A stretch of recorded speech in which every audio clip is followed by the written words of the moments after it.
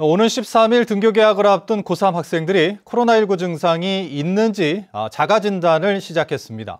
하지만 교육부 지침상 고3과 함께 등교 개학이 허용된 소규모 초중학교는 등교 개학 날짜도 정하지 못해 늑장 행정이라는 비판이 나오고 있습니다.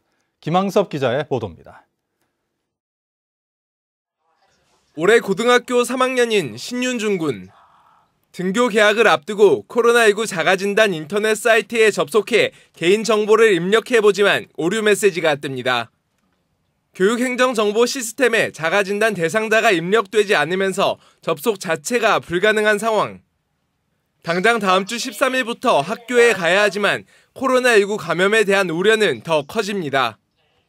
이제 외부에서 한 친구가 이제 좀 감염이 돼서 오거나 혹은 그런 이상 증세가 보이면 모든 친구들이나 혹은 교직원 선생님들까지 다 멈출 수 있는 상황이 생길 수 있는 것 같아서.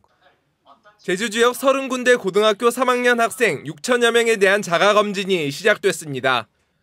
학생이 자가 진단을 해서 발열 여부나 인후통, 기침 등 호흡기 증상이 있을 경우 코로나19 검사를 받게 되고 검사 결과에 따라 등교 여부를 결정하게 됩니다.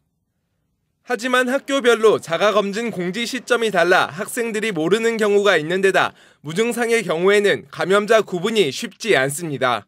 교육청에서 그 명단을 저희 도로 통보받게 되면 저희들은 그 학교 소재지를 분류해서 관할 보건소에 통보하면 그 관할 보건소에서 그 시료를 채취해가지고 보건환경연구원에 검사를 의뢰하도록 할 겁니다.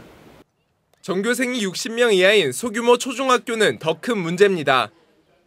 교육부는 고3과 함께 13일부터 소규모 학교의 등교를 허용했지만 교육청은 제주 지역 20군데 초중학교가 언제 개학하는지를 아직도 결정하지 못했습니다. 예정대로 13일 개학하게 되면 일주일도 남지 않은 상황이지만 등교 개학을 준비해야 하는 학생과 학부모의 혼선이 불가피합니다.